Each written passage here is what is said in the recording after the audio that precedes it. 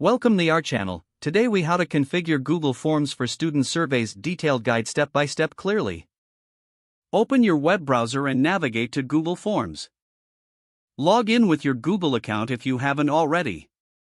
Click on the blank form option to create a new survey. Title your form appropriately, such as Student Survey. Add a description to explain the purpose of the survey. Click on the first question field to begin creating your questions. Choose the question type from the drop-down menu, like multiple choice or short answer. Type your first question in the designated area. If needed, add answer options for multiple choice questions. Click the plus sign on the sidebar to add more questions. Continue adding questions, using a variety of formats for diversity. Review your questions to make sure they are clear and concise. To make a question required, toggle the required switch on. Organize your questions by dragging them to arrange the order. You can also add sections to the form for better flow by clicking on the section icon. Customize the theme by clicking on the palette icon for color and font options. Preview your form by clicking on the eye icon in the top right corner. Test your survey by filling it out to ensure everything works as intended.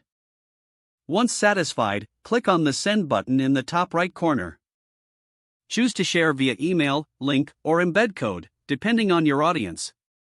Set the form settings to restrict responses or collect email addresses if necessary.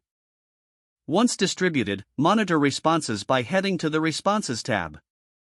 Review the data in real time and analyze it using the built-in Google Sheets integration if needed.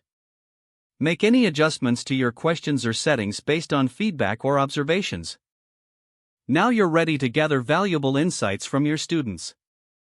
If the page does not load, refresh the browser or try again in a private or incognito window. Make sure you are using the correct email address, then retype it carefully to avoid small typos. If your password is not accepted, use the reset option and create a new strong password you can remember. Check your spam folder for verification or security emails, then complete any requested confirmation steps. Don't forget to like this video and subscribe to our channel for more step-by-step tech guides.